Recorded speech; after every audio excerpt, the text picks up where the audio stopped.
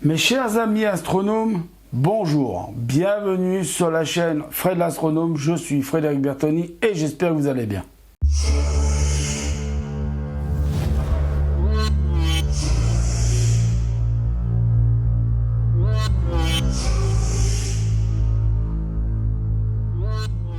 Alors voilà, moi je suis quelqu'un qui corrige ses erreurs et donc cette vidéo va être là pour que je corrige une ou deux erreurs que j'ai faites dans la vidéo précédente sur la conclusion du Solar Quest. Donc la première chose que je voudrais dire, et là où je me suis trompé, c'est qu'il y a bien, je vous disais dans la vidéo, il n'y a pas de GPS à l'intérieur. Et si j'en crois la fiche technique AstroShop, il y a bien dans le Solar Quest un GPS. Le poids, je vous disais, je crois que je vous avais dit 5 kg.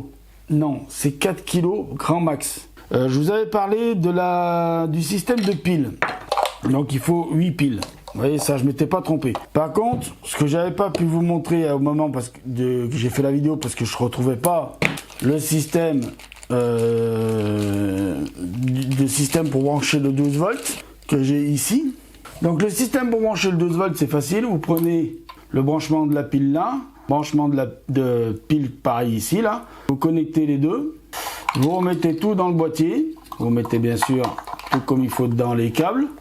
Et là, vous pouvez venir brancher un power tank 12 volts.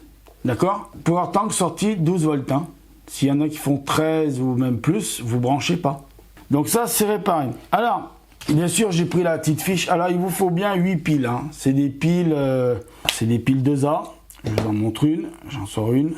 Alors, c'est marqué en tout petit ici. Est-ce que c'est marqué en plus gros? Alors, c'est marqué en tout petit là. Je ne sais pas si vous allez le lire. Là, c'est marqué en tout petit. Bon, vous voyez, c'est piles 2A. Hein. Voilà.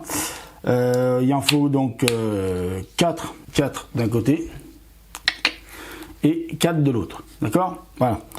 Donc ça, c'est des petites erreurs que je voulais corriger. Alors, je vais vous parler un peu du système de ça. Je vais vous en parler plus sérieusement dans la vidéo. Alors oui, je vais m'aider de la fiche technique, forcément. Comme ça, ce sera beaucoup mieux. Donc, c'est une monture azimutale Goto pour l'observation du Soleil. Comme ça, c'est clair pour tout le monde. La monture Solar Quest de Skywatcher est intelligente et innovante. Ça, c'est eux qui le disent, mais moi, je l'ai testée et je peux vous dire que oui, elle est smart, hein, elle est intelligente. Elle est extrêmement conviviale et rend le pointage et le suivi du Soleil avec un télescope solaire particulièrement facile et sécurisé grâce à son système automatique. C'est vrai que là, vous appuyez, vous l'alimentez par pile ou par un power tank, vous appuyez sur le bouton power, vous laissez faire. Une fois que vous avez installé, bien sûr, tout ça dehors, en plein soleil. Voilà.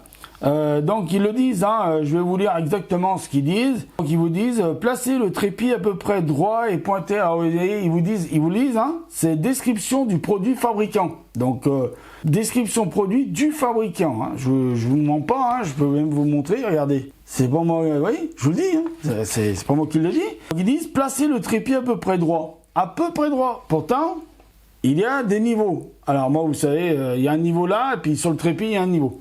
Alors, je vais vous dire que moi, dès que je vois un niveau, forcément, j'essaye de m'amuser au jeu, de mettre la petite bubble en plein centre du cercle. C'est un jeu. Moi, c'est devenu un jeu pour moi. Alors, donc, je reprends la phrase, hein, placer le trépied à peu près droit et pointer le télescope solaire quelque part à gauche du soleil. Bon, c'est un gauchiste. Ah, pas faute politique. La technologie Helios Find. Donc, Helios Find, c'est ça. Helios Find, c'est ça. Hein, il faut bien séparer les technologies différentes sur l'appareil. Révolutionnaire du Skywatcher pour l'observation solaire fera le reste. Voilà, donc c'est bien dit ce qu'ils vous disent. Hein. En appuyant sur une seule touche, le télescope est mis à niveau et la monture calcule avec l'aide du GPS. Vous voyez, j'avais dit qu'il n'y avait pas de GPS et eux ils disent qu'il y en a un. Oui, il y en a un. Donc le petit bouton, c'est celui-là. Power. Vous appuyez sur Power. Hein, je le prononce bien? Non, parce qu'il y en a qui me reprennent sur Goto. Tournons la page et continuons la petite lecture que je voulais vous faire. Donc latitude et l'azimut du soleil en fonction de l'heure et de la position du site. Donc oui, il vous dit, je reprends un peu le début de la phrase. Voilà, en appuyant sur une seule touche, le télescope est mis à niveau et la monture calcule avec l'aide du GPS, virgule, l'attitude et l'azimut du soleil en fonction de l'heure et de la position du site. Le télescope est ensuite positionné à la hauteur requise et la monture commence à rechercher le soleil dans le sens des aiguilles d'une montre. Alors, d'où je me posais la question, pourquoi il fait un tour de con? Bah en fait, il fait pas un tour de con, il fait son travail. Je suis désolé, excuse-moi la monture. Le capteur solaire détecte le soleil et veille à ce qu'il reste dans le champ de vision de l'oculaire. C'est ce qu'on appelle le suivi. Le SolarQuest est silencieux et facile à transporter. Alors, silencieux, je veux bien quand il a fini de trouver le soleil, mais alors quand il le cherche, silencieux, on va aller doucement, Coco, hein? On va se calmer quand même, hein? Donc facile à transporter, bah ça c'est évident, hein. Et il se démonte. Hein. La monture fonctionne sur batterie, donc batterie, ils appellent ça des batteries. Hein. Bon voilà. Le raccordement d'une alimentation est possible. DC 12 volts, polarisé, positif au centre. C'est bien ce qu'il vous montre ici. Hein. Sur le petit dessin, il vous montre bien que le plus est au centre. Hein. Je vous rapproche de la caméra. Là, tout le monde a vu. Voilà. Donc, une aide précieuse pour observer les taches solaires, les éclipses du soleil, les détails de la surface du soleil, le transit planétaire inférieur devant le soleil. À ceci près, les détails de la surface du soleil, tout ça. Alors, les taches solaires, l'éclipse solaire avec une Lulu, comme la TechnoSky, avec un filtre à l'ouverture, oui. Par contre, les détails à la surface du soleil, il va peut-être... bon, les transits des planètes aussi, hein, avec une Lulu et un filtre. Par contre, les détails de surface du soleil, Coronado, lutte, voilà. Ou alors, attendez, ici, mais on peut encore faire mieux. Essayez votre monture SolarQuest avec votre lunette et le filtre Daystar, filtre Chromosphère H Alpha Quark ou Daystar Quark Calcium H Line. À savoir qu'au bas mot, il coûte entre 1000 et 1500 euros le filtre. Là, il vous en propose deux. Il vous explique qu'en fait, c'est les activités soleil en H alpha et en calcium H. Dans les raies de ces lignes spectrales, il se passe toujours quelque chose sur le soleil. Voilà. Donc oui, mais alors, moi je vous le dis, ils sont bien gentils avec leurs histoires de filtres, mais ils coûtent un bras. Hein. Alors je vais quand même finir cette petite vidéo et cette lecture par vous dire quand même les spécificités, mais ça à la page là. Je vous la mettrai en plein format, vous inquiétez pas, j'ai trouvé le moyen de le faire. Alors, spécification, capacité, charge maximale supplémentaire 4 kg. Je vous avais dit 5, là je reprends mes petites erreurs, donc c'est pas 5, c'est 4 kg.